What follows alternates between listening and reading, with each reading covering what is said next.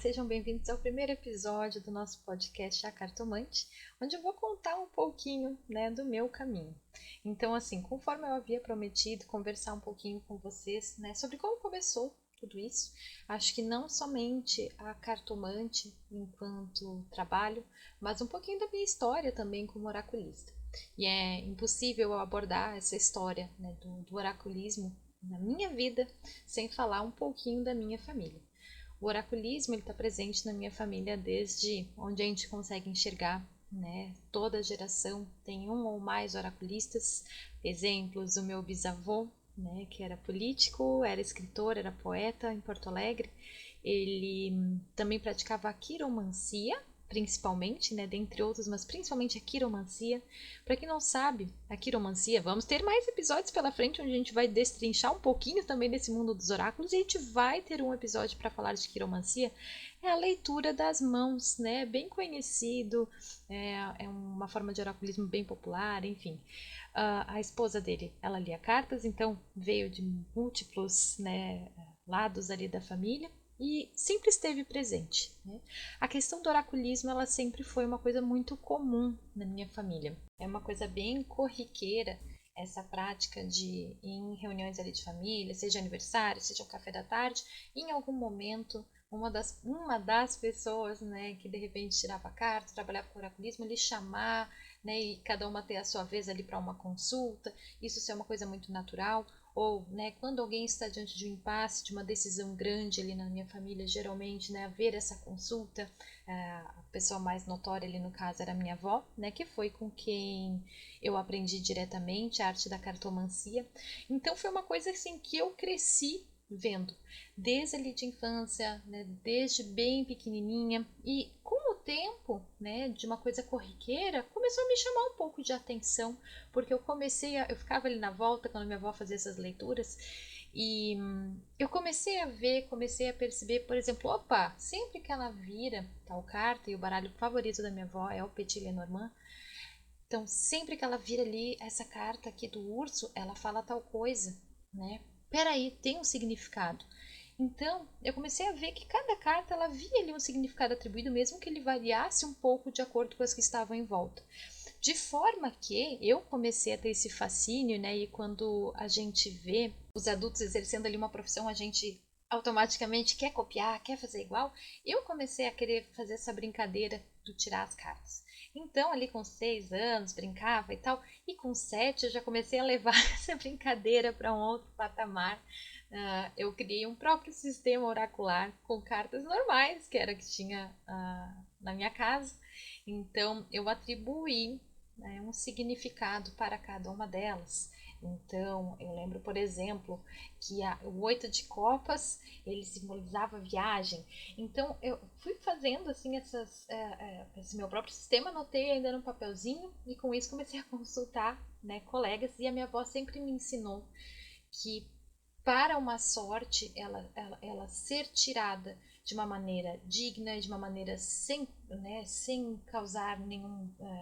sem prejudicar ali o consulente, quem está consultando, para trazer boa sorte, essa consulta ela deveria ser paga de alguma maneira, deveria haver uma troca. Então, o que eu fiz? Eu cobrava 7 belo, então cada tirada de carta lhe valia uma bala. Como eu não tive cáries na infância, eu não sei, é um mistério.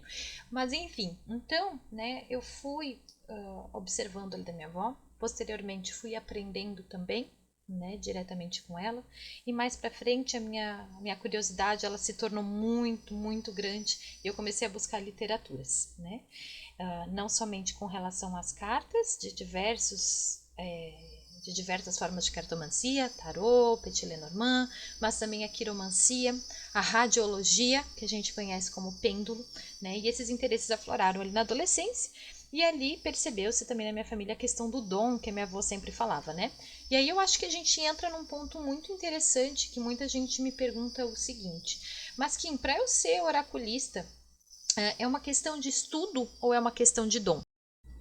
E o que eu costumo dizer a todos é, São ambos, né? Cada um vai ter essa porcentagem. Eu posso ser uma pessoa estritamente estudiosa do oráculo, mas não ter aquela sensibilidade que vai ser necessária, né, para eu intuir a direção de algumas cartas. E a sensibilidade, ela, sem o estudo, ela é uma sensibilidade cega, né? Uma sensibilidade que ela não consegue abranger ali o que está sendo necessário.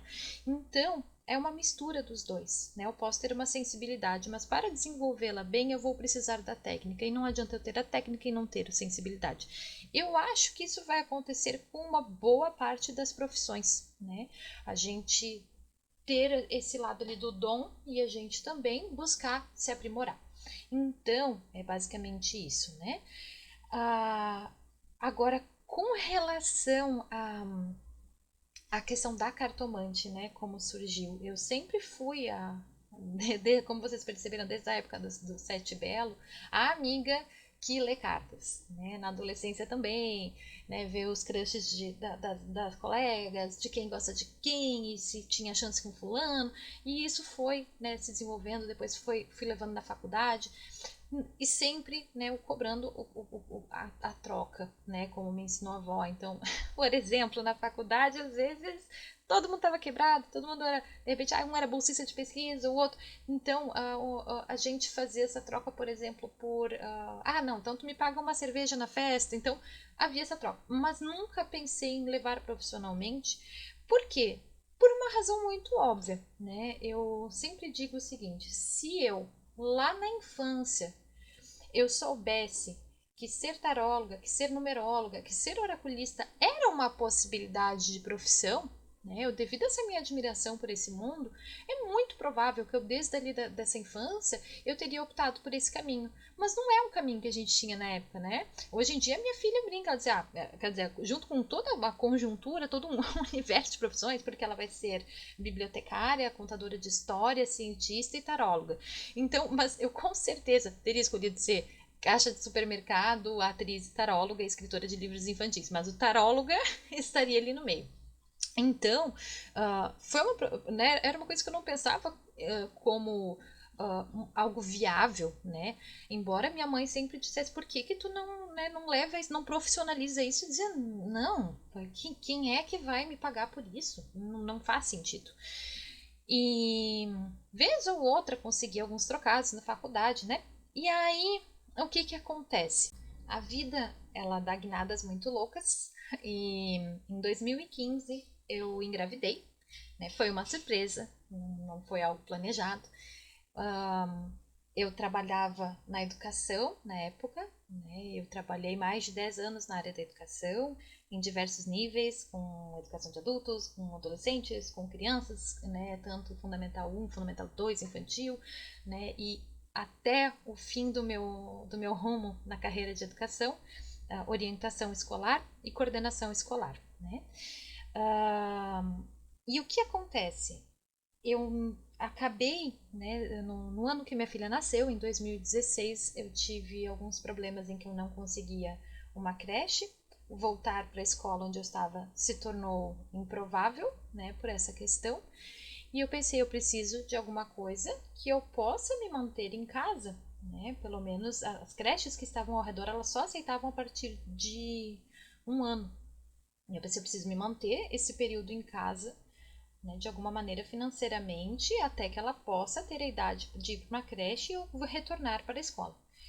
E aí a minha mãe insistiu novamente nessa questão e eu dei uma chance.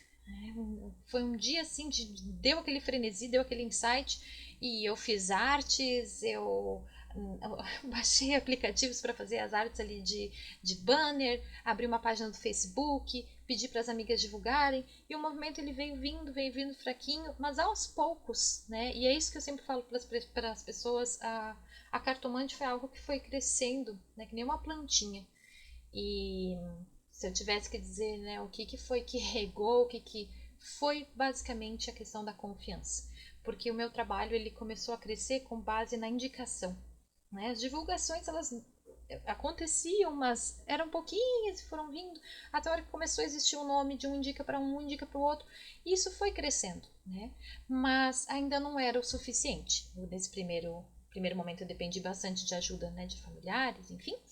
E Posteriormente consegui retornar para a educação, minha filha foi para a creche e paralelamente ao caminho da educação, eu continuei com a cartomante, né? Então eu chegava, por exemplo, do meu período na escola, final de tarde, e atendia, né, uma, duas, né, três, em um período bom, pessoas ali.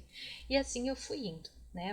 As primeiras consulentes que eu tenho, elas lembram de escutar barulho de criança, de neném, porque era eu sozinha em casa, né? Meu marido, ele trabalha ainda, né? De tarde e de noite. Então eu ficava ali com ela, distraindo ela, barulhinhos de Peppa Pig ali na TV, né? De muito desenho, muita patrulha canina, enquanto eu estava ali tirando carta para as consulentes. E esse foi o trabalho, foi se tornando cada vez, né, uma renda extra cada vez maior, cada vez mais promissora. E aí nós chegamos ali no ano de 2020, que foi o ano da pandemia. E esse ano de 2020, ele é curioso, porque assim, quem me acompanha, nos próximos episódios a gente vai falar mais estritamente, né, dessas questões ali de oraculismo. Hoje eu tô contando mais minha história. Mas era o meu ano 1, né, pessoal? Alô, consulentes aí, né, que já tem seu mapa numerológico. Foi meu ano 1, meu ano divisor de águas, né? E o meu ano divisor de águas, ele veio com a aprovação ali da pandemia. E a educação foi uma das áreas que mais sofreu impacto, né? Muita gente, na época eu era coordenadora, a escola que eu estava perdeu muito aluno, muita coisa acontecendo e concomitantemente com isso, a minha filha tinha uma suspeita de asma na época e eu não poderia voltar presencial, né? Então, mais uma vez, eu tive que apostar as minhas fichas na cartomante e pensar que esse ia ser meu trabalho de frente. Eu larguei a educação de vez, oficialmente em 2020, e a partir dali eu me dediquei única e exclusivamente para a cartomante. E ali foi crescendo, né, através das indicações, através também do meu esforço com relação às divulgações. A gente passou por uma época que foi aquele boom ali de TikTok, de Reels, de vídeo viral, e tudo que eu podia fazer para divulgar foi feito nesse período. Então, apesar de ter nascido ali em 2016, né, oficialmente um nome à empresa, eu considero que foi em 2020, inclusive onde eu fundei o CNPJ, né? O site foi em 2020, sobre todas essas adversidades, né, que a cartomante aconteceu. Então, também entra um pouco naquilo que eu digo para vocês, né, na numerologia, de que às vezes esse divisor de águas, ele vai acontecer na dor, ele vai acontecer na luta, mas vai vir para trazer para a gente alguma coisa, né? Então, nesse período, foi esse período ali da criação realmente da cartomante, de virar autônoma, do medo de não tenho mais um FGTS, não, né? E vamos que vamos. Então, essa foi a minha história ali com relação a fundação mesmo da Cartomante enquanto uma empresa, enquanto meu trabalho único e fixo. As pessoas me perguntam muito, né, Kim, tem alguma intenção de voltar para a educação? E apesar de me doer um pouco, de ser algo que eu realmente amava fazer, né, sinto falta dos meus adolescentes às vezes, mas não pretendo. É uma área, é uma Kim que nesse divisor de águas, ela realmente foi uma finalização de ciclo e eu abracei essa nova Kim oraculista com toda a força. A Kim professora, a Kim coordenadora, a Kim orientadora, a Kim da educação, ela teve o espaço dela. Ainda que eu hoje em dia tente recuperar o meu espaço de educação com os cursos, porque não adianta, eu adoro ensinar, eu adoro explicar. As pessoas durante as consultas às vezes sabem que eu gosto muito de explicar. Tá vendo essa cartinha aqui, ó, aqui no teu jogo do Grand Tableau? Ela tá distante dessa, né? Eu sempre digo, gosto de enviar imagem para referências visuais, para que eu possa estar apontando algumas coisas para vocês. Então, tenho esse lado ainda de querer ensinar, mas na educação formal mesmo, essa aqui ela não existe mais. E essa é a beleza, né, dos nossos ciclos. A gente fluir e saber o seguinte. Da mesma forma que a gente tem essa Kim, né, que ela começou lá atrás, né, dentro da área da educação, que não era o plano original, inclusive, né? Eu durante um bom tempo eu quis ser atriz, quis ser escritora, quis ser psicóloga, né? E enveredei por paixão pelo caminho da educação, quando eu percebi que era uma ferramenta que ela era possível de mudar uma sociedade, isso me encantou muito, enquanto eu estudava para o vestibular vocacionado, né? Essa Kim, ela não existe mais. Existe agora a Kim oraculista, né? E quem sabe o que vai ser da Kim nos seus próximos ciclos, nas suas próximas fases. Então é isso que eu digo, isso é a beleza, né, das fases e da gente entender que a gente é essa metamorfose, entender que vai ter aspectos nossos, né, que eles vão ficar para trás e outros que vão vir para cá, e assim a gente vai se transformando, a gente vai se montando. Mas basicamente essa é a história, né? Então a gente tem ali a questão, né, do oraculismo familiar, a gente tem a questão do surgimento da cartomante enquanto trabalho, né, e eu me sinto muito realizada. Eu tenho certeza que se eu pudesse pegar uma maquininha do tempo e dizer para quem criança que tirar carta é uma profissão, existe, ela ia ficar encantada com a possibilidade de estar vivendo isso, né? A minha avó hoje em dia ela não tira mais por questões de saúde, e eu acabei pegando ali esse lugar para mim. Mas é uma profissão que eu me sinto muito honrada, não somente por, como disse a minha avó esse ano ainda, estar carregando à frente, né, esse aspecto da nossa família, mas me sinto honrada por todas as histórias, né, que eu recebo todos os dias. E eu ouço muita história. Então a gente acaba que ser oraculista, a gente acaba também sendo um pouquinho coletor de histórias, né? Vai pegando um pouquinho daqui, um pouquinho dali, aprendendo um pouco com todos também. Uma outra coisa que as pessoas me perguntam bastante, né, a questão, eu falei ali, né, de, mas para ser oraculista é estudo ou é dom, né? Eu falei, não, são as duas coisas, estudar, se manter constantemente estudando, às vezes tem coisas que vão fazer falta pra gente, e o estudar, eu digo, não é só saber o significado das cartas, né? Por exemplo, eu sempre fui muito atrás ali da história, e a gente entender a história do tarô, a história do Petit Lenormand, a história, né, do La Verita Sibila Italiana, faz muita, da La Vera Sibila Italiana, faz muita diferença, né? Tu entender, peraí, mas uma coisa é tu entender, e é isso que eu passo, por exemplo, nos meus cursos. Mas é que esse aqui, ele significa lealdade, mas por quê? Que simbolismo é esse? Peraí, é o simbolismo de uma sociedade que nessa época estava vivenciando tal. Esse animal era um animal que ele... Então, tem, por exemplo, a raposa. A raposa parecia, né, ali na época do Petit Lenormand, a raposa ela aparecia muito naquelas fábulas onde a raposa ela é falsa, a raposa ela desdenha, mas ela quer comprar. Então, tudo tem ali um porquê, né? Então, mas além dessa questão do significado, tem muito a questão do dom, né? E as pessoas me perguntam muito essa questão do, mas é dom, tu tem ali a espiritualidade, cada um arranja um termo, né? E uma coisa que eu sempre digo nas consultas é o seguinte: eu não trabalho com nenhuma vertente religiosa ou espiritual. Né? E eu não trabalho com nenhuma vertente religiosa ou espiritual porque eu, pessoalmente, enquanto crença, né, sou agnóstica teísta. Para quem não sabe, o agnosticismo ele não é uma religião. Né? Eu não acredito em um Deus em particular. O agnóstico teísta ele acredita que existe algo, existe uma força maior. O agnóstico ele não tem certeza, o não teísta, né? O agnóstico ateísta é não sei qual é a explicação e não busco saber também.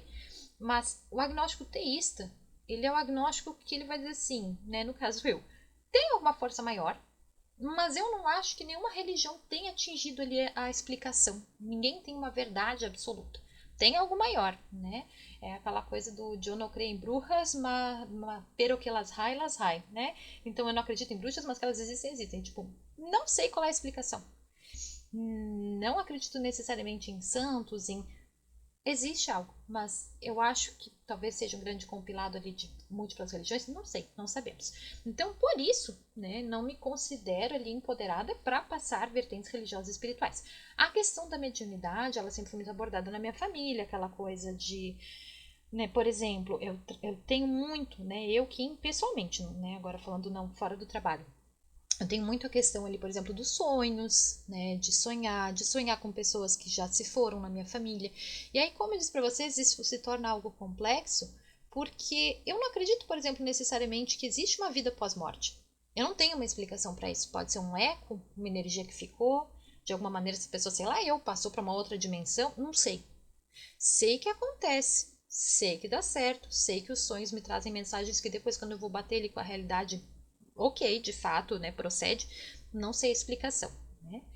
E o meu pai, ele é cientista e eu sempre fiquei com um pouco de receio, né, de como ele iria encarar essa situação, e ele é super respeitoso, e ele sempre diz assim que não é uma coisa que só porque a ciência não explicou, não quer dizer que não tem explicação. Não tem explicação ainda. Talvez lá na frente se descubra esse fenômeno, né, de por que acontece comigo.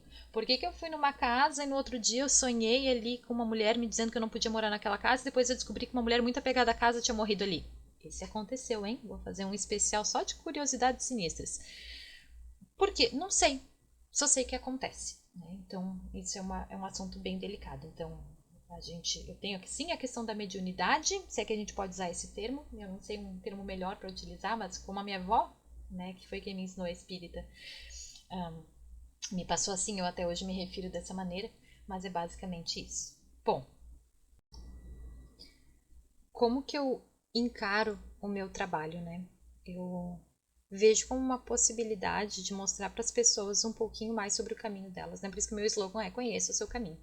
A gente não tem uma verdade absoluta, né? Eu desacredito completamente em um oráculo que ele diz que as coisas estão predeterminadas a acontecer exatamente daquele jeito. Eu acho que é uma linha, né? Pelo que eu interpreto. Aliás, múltiplas linhas, né? Multiversos, vamos lá. Oi, Marvel. A gente tem várias linhas e essas linhas elas vão depender muito das nossas escolhas. Né? Hoje eu escolho isso aqui e eu vou por esse caminho aqui, mas eu poderia ter escolhido outro e ter tido um resultado completamente diferente. Agora, o que eu não posso é seguir uma linha que ela inexiste. Tipo, essa possibilidade ela não existe para mim. Por exemplo, a possibilidade, e aí eu sei que muita gente vai rir, mas é uma pergunta que a gente sabe que muita gente faz, né? E não é nem para rir, mas porque a gente tem essa expectativa do, por exemplo, vou ganhar na loteria, né? Vou ganhar na Mega Sena. Às vezes é uma linha que ela não está posta. Não tem nada ali dentro desse emaranhado que te vincule com essa possibilidade, ou ela é uma possibilidade muito distante. Então a gente vai ter que trabalhar para chegar no seu propósito, né? Que é o ter dinheiro, né? E aí eu diria, por exemplo, que essa consulente, a pergunta correta seria como chegar da maneira mais tranquila, mais rápida, mais fácil, né, e com menos consequências negativas, é claro, no dinheiro. Formular essa pergunta seria mais adequado dessa maneira, porque Mega Sena não é uma das linhas. Agora, eu posso ir por uma empresa X ou por uma empresa Y, ou eu posso ter um caminho autônomo.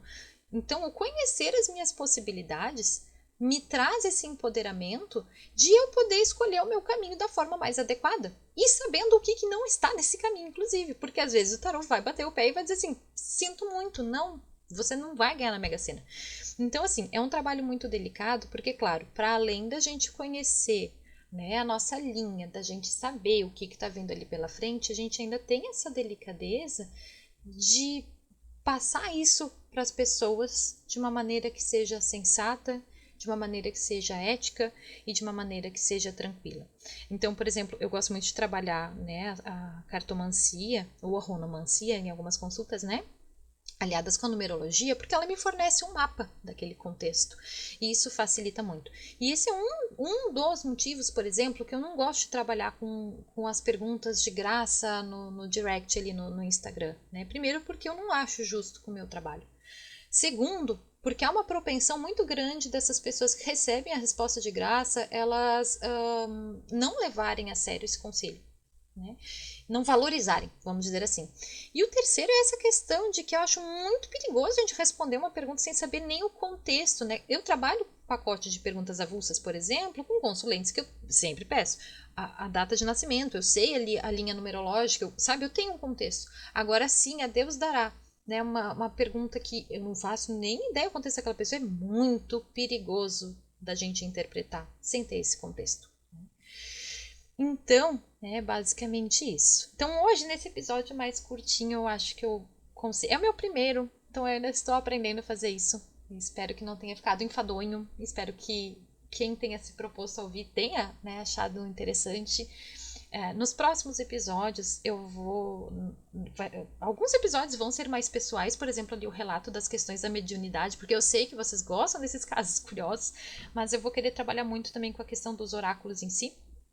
A questão da numerologia, como que ela influencia, como ela impacta, a questão da história ali do tarô e algumas curiosidades, né, polêmicas com relação a oraculistas, mas eu espero que esse primeiro episódio ele seja ali uma aberturinha de porta, né, para que o mundo dos oráculos ele se torne uma coisa desmistificada, para que a gente consiga enxergar, né, o oraculismo como uma profissão, né, e que a gente consiga construir esse respeito em cima desse mundo. Tá certo? Então a gente se vê, não, se ouve no próximo episódio.